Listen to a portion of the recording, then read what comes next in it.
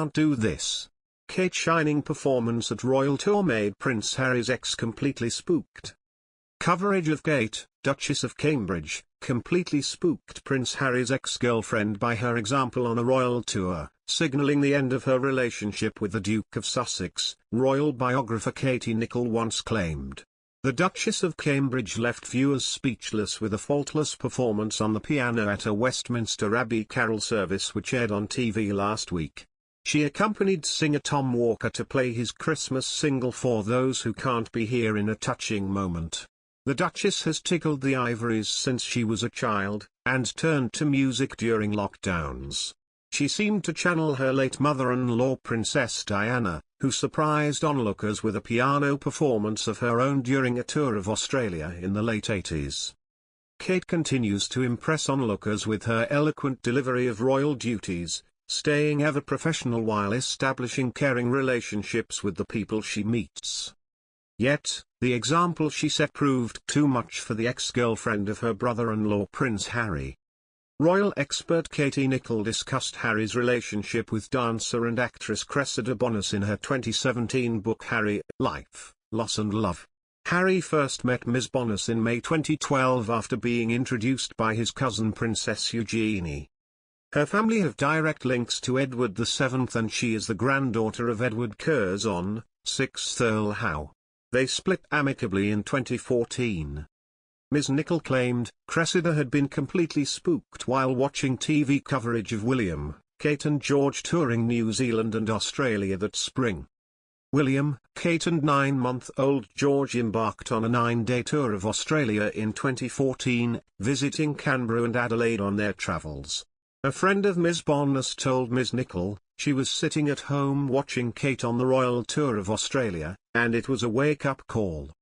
There was no way she wanted that sort of attention and she told Harry so. The friend added, Harry didn't want things to end. He was in love with her and he tried to convince her they could make it work, but Cressida's mind was made up. Becoming a princess and living in a palace might seem like the ultimate dream, but in reality life as a royal means a life of constant scrutiny. Even though Prince Harry has now found his perfect partner in Meghan Markle, one of his ex-girlfriends ended their romance after realizing she wasn't cut out for royal life.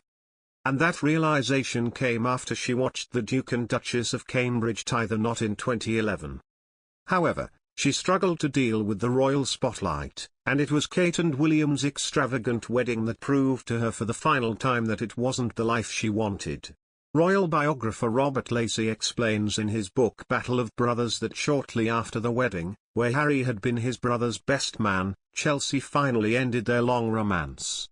He writes, in 2011, after more comings and goings, she finally decided to go, and it was, ironically, Kate and William's grand and glorious wedding that spring that did it for her.